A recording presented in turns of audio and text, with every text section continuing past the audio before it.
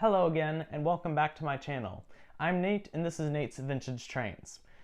This is day 2 of my 12 Days of Christmas special, going over the early members of Southern California Live Steamers, which I'm a member of.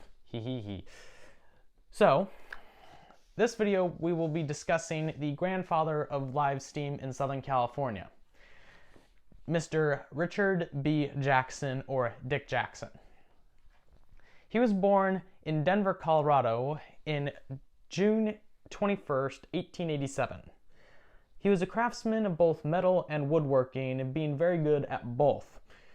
When younger, he had an automobile accessory business in the early days of the automobile, and many of these accessories are now standard on most cars.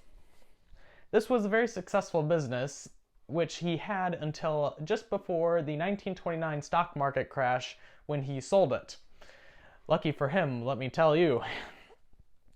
Anyway, so a scale popular at the time was 1/2 inch scale, which is about 1 to 24th scale for live steam.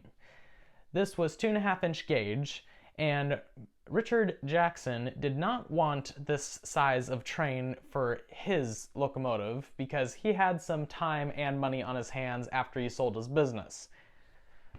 So, with the help of his brother Stanley, he built a 1 inch scale, 4 3/4 inch gauge locomotive, and a few cars to go with it.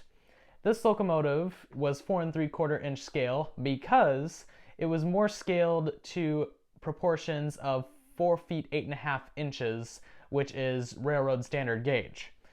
Other 1 inch scale railroads, particularly in the United Kingdom, still to this day use 5 inch gauge track, which I have been corrected many times before for rounding up to 5 inches. This locomotive was numbered 900 and completed in 1930. The design was based on a Rio Grande 700 class locomotive, which was actually a 460 design, but it was shortened to a 440 with outside Walschaerts valve gear in order to fit in the trunk of his automobile. Just before the war, Dick Jackson moved to Santa Monica and shortly thereafter purchased a home in Beverly Hills, which you are seeing right now.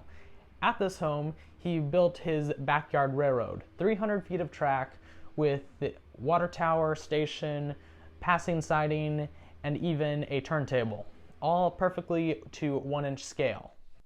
This track became the club track for Southern California Live Steamers from its inception in 1942 until 1948 when the Lomita club track was constructed and completed.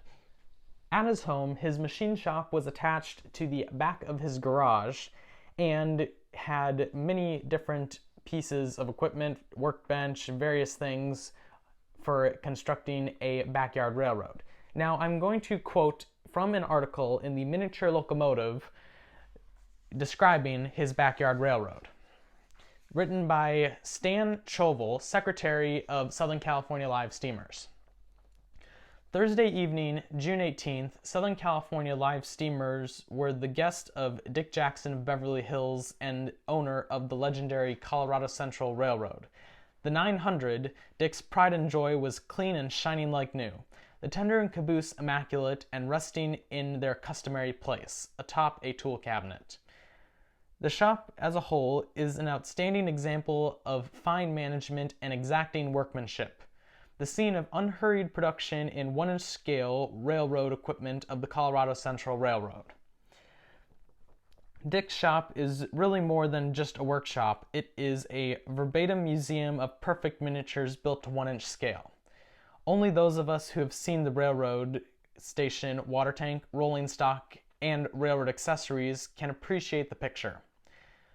When they are assembled together, the scene is a perfect replica of an American short-line railroad, as remembered about the turn of the century. His collection of railroad scenes, builder's plates, railroad passes, coach lamps, marker lights, all beautifully restored to their original newness, are priceless as collector's items. Dick is one of the founding fathers of SCLS and has attended practically every meeting since its inception. He has consistently refused office in the organization, but is generous in his counsel to those who seek information to some construction detail. Most of the information I got for this video came from an article written by Harlan Heine, who is the son of Lawrence Heine, both of whom knew Mr. Jackson very well as Harlan's brother Leland. There are a couple photos of Lawrence and Harlan at Dick Jackson's layout in the late 1940s. There is also one existing film of Dick Jackson's railroad. It was taken by Ward Kimball, and it was when Walt Disney visited his layout and he became friends of Mr. Jackson. This short video shows Walt Disney operating the train, as well as Dick Jackson and some younger children playing around and chasing the train as it goes on the loop.